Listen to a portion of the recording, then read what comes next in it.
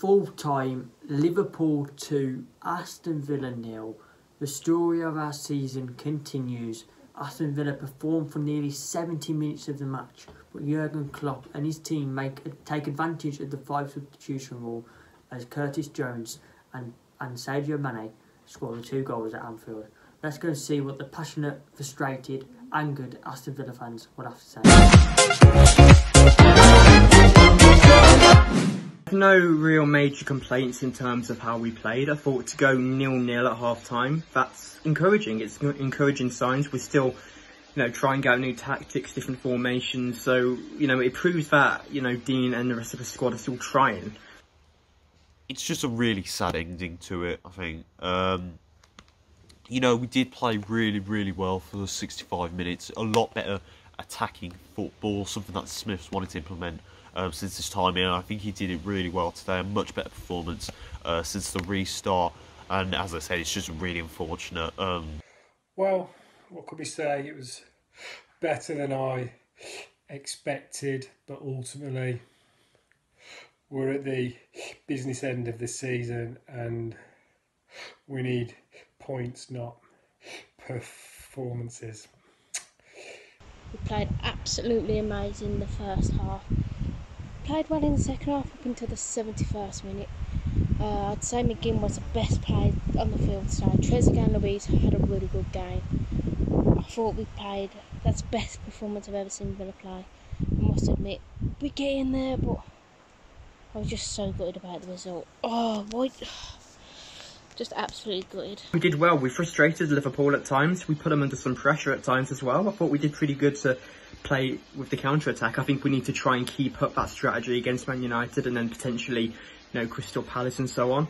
Because we seemed more comfortable in that game. Oddly enough, we seemed more comfortable playing Liverpool. Whether that's because, we kind of knew we weren't going to get anything out of it. So there's less pressure in a way.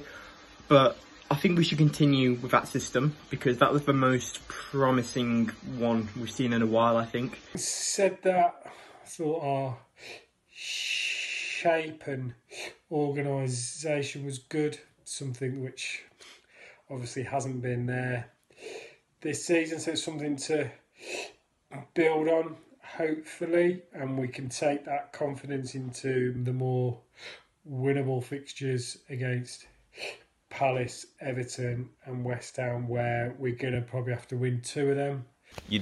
Going forward, we did look much better. Unfortunately, I just don't see it in the final third. I think there we're still weak, and I think maybe Samatta should have been starting today ahead of Davis.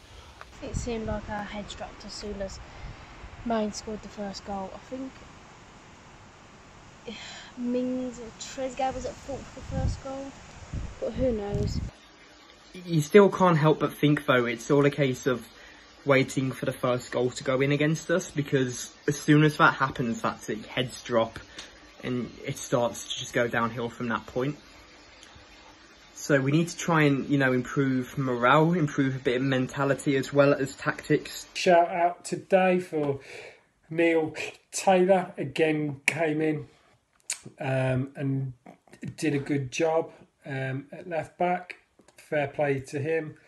I thought John McGinn looked a lot more like his old self, so hopefully that's a good sign for the games to come.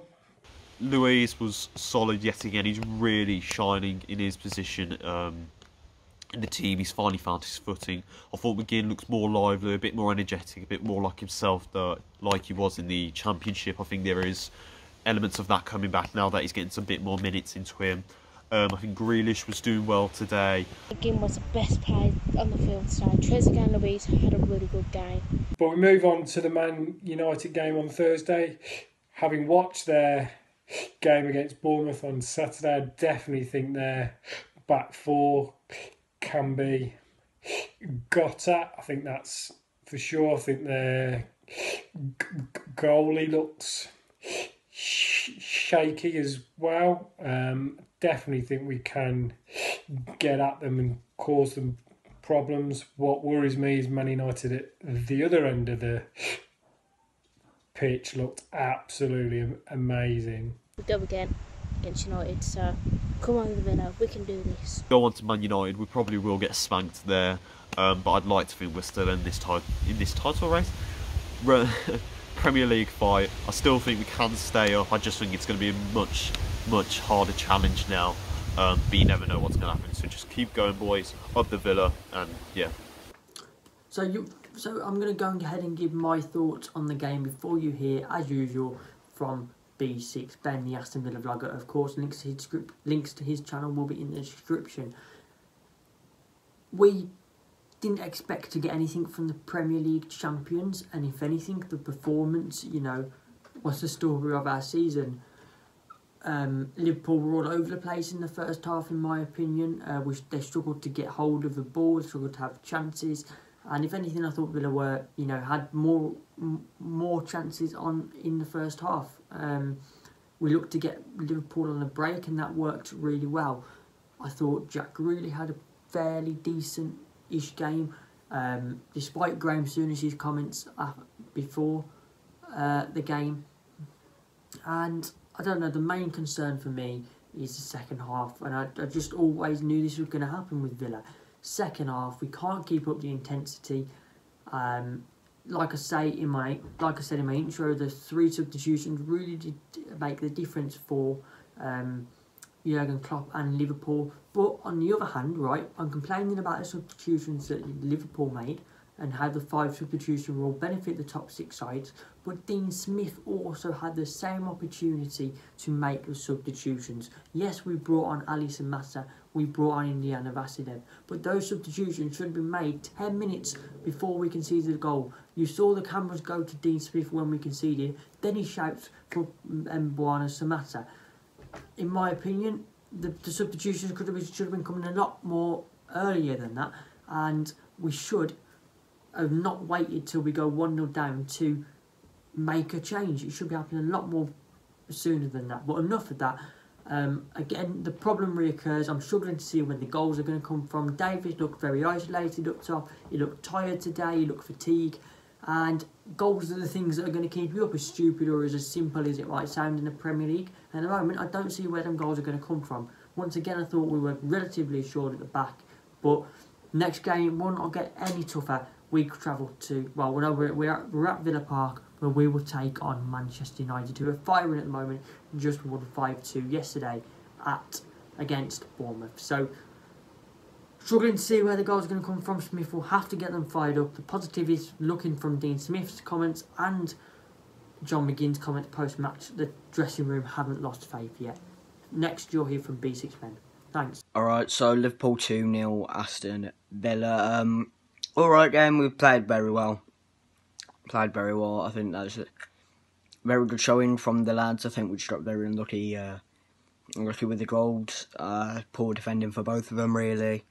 But yeah, we attacked really well. We had so many good chances and we just bottled it. And yeah, it's just annoying, really, isn't it? It's just annoying, same old stuff.